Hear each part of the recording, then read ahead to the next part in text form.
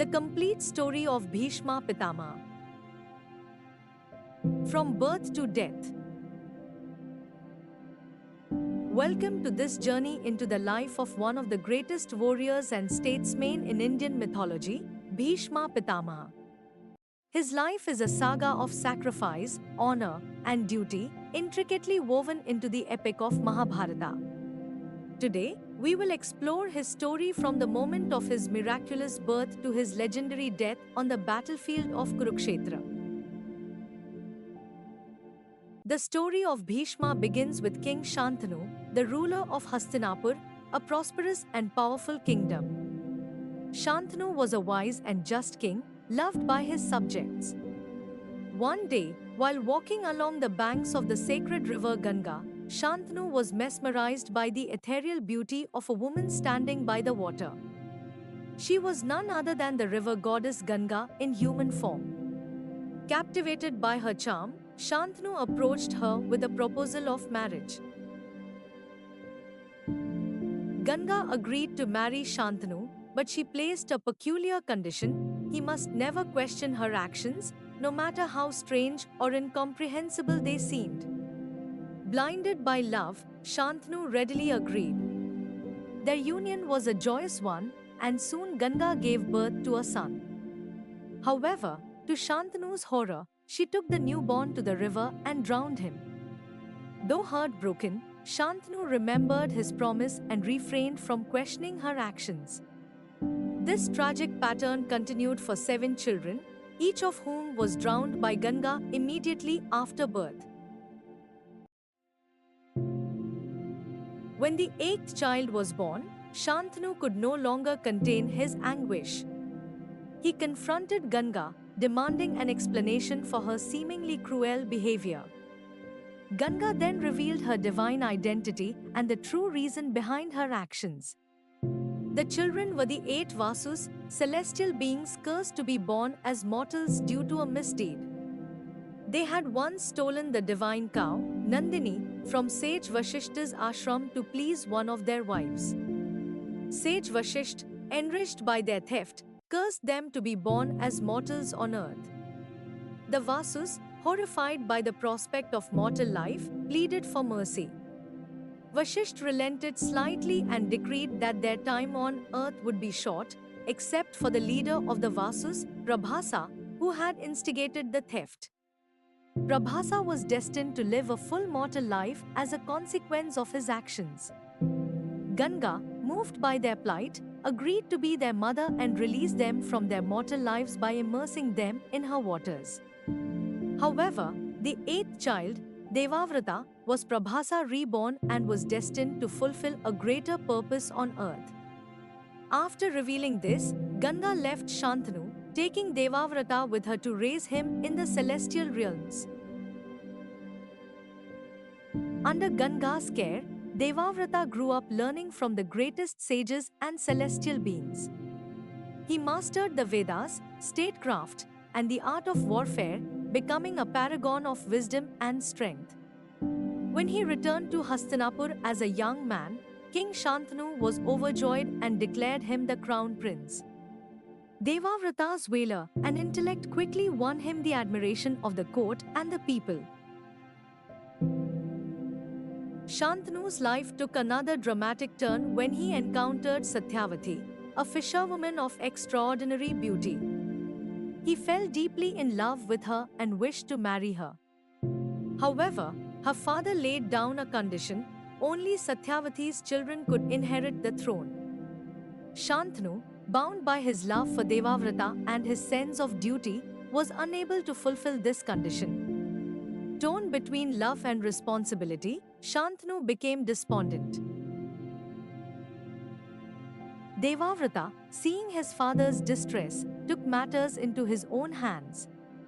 He approached Satyavati's father and made a solemn vow. He renounced his claim to the throne and swore an oath of lifelong celibacy to ensure that no descendant of his would challenge Satyavati's lineage. This unparalleled act of sacrifice earned him the name Bhishma, meaning one who undertakes a terrible vow. Bhishma's commitment to his vow became the cornerstone of his life. He became the regent of Hastinapur, guiding the kingdom through turbulent times. He played a crucial role in raising Satyavati's sons, Chitrangda and Vichitravirya. When both of them met untimely deaths, Bhishma ensured the continuation of the Kuru dynasty by arranging for Vyasa, a great sage and Satyavati's son from an earlier union, to father children with Vichitravirya's widows. This led to the births of Dhritarashtra, Pandu, and Vidura, who would later become central figures in the Mahabharata. Bhishma's life was marked by unwavering dedication to duty, but it was also fraught with dilemmas. He remained a loyal servant of Hastinapur, even when the throne was occupied by the blind and ineffectual Dhritarashtra. Despite his personal affection for the Pandavas, the sons of Pandu, Bhishma was often forced to side with the Kauravas, Dhritarashtra's sons, due to his allegiance to the throne. The Great Kurukshetra War became the ultimate test of Bhishma's principles. When the conflict between the Pandavas and Kauravas escalated into war, Bhishma was appointed the commander of the Kaurava forces. Bound by his duty as a Kshatriya and his loyalty to Hastinapur, Bhishma took up arms, even though he knew the Pandavas were fighting for justice. Bhishma's valor on the battlefield was unmatched. He was a towering figure, instilling fear in the hearts of his enemies. However, his sense of dharma prevented him from killing the Pandavas, whom he regarded as his grandchildren. This inner conflict made him an indomitable yet tragic figure in the war. Start speech. Bhishma's downfall came through a unique strategy devised by Krishna, who was guiding the Pandavas. Krishna advised Arjuna to use Shikhandi as a shield. Shikhandi was no ordinary warrior, and their backstory was as extraordinary as their role in Bhishma's fall. Shikhandi was born as the daughter of King Drupada of Panchala and was named Shikhandini. In their previous life, Shikhandi had been Amba, the eldest princess of Kashi. Amba's life was irrevocably altered when Bhishma, seeking brides for his stepbrother Vichitravirya, abducted her and her sisters, Ambika and Ambalika, from their Swayamvara. Bhishma intended for them to marry Vichitravirya, but Amba revealed that she was already in love with King Salva. Bhishma released her, but Salva, humiliated by his defeat at Bhishma's hands, rejected Amba. Heartbroken and humiliated, Amba sought vengeance against Bhishma, holding him responsible for her plight. Amba performed intense penance and sought the favor of Lord Shiva. Pleased with her devotion, Shiva granted her the boon that she would be reborn as the instrument of Bhishma's death. True to this prophecy, Amba was reborn as Shikhandini in Drupada's household.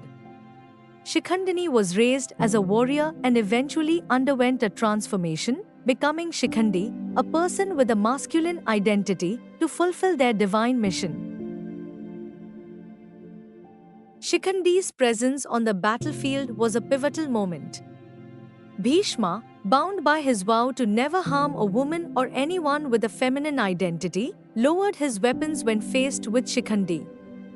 Seizing this opportunity, Arjuna pierced Bhishma's body with countless arrows, causing him to fall on the battlefield, supported by a bed of arrows. End speech. Even in his defeated state, Bhishma remained a symbol of resilience and wisdom. Granted the boon of choosing the time of his death, he chose to await an auspicious moment. While lying on the bed of arrows, he imparted invaluable teachings on dharma, governance, and life to the Pandavas. These teachings, known as the Bhishma Parva in the Mahabharata, continue to be revered for their profound wisdom. Bhishma's life ended as heroically as he had lived. When the time was right, he cast off his mortal body, attaining liberation. His legacy remains an eternal source of inspiration, embodying the virtues of sacrifice, honor, and unwavering commitment to duty. Bhishma Pitamaha's life is a testament to unwavering commitment, sacrifice, and the complexities of dharma. His story continues to inspire and teach us profound lessons about duty, honor, and morality. Thank you for joining us on this journey. Don't forget to like, share, and subscribe for more stories from the epics. Until next time, stay inspired.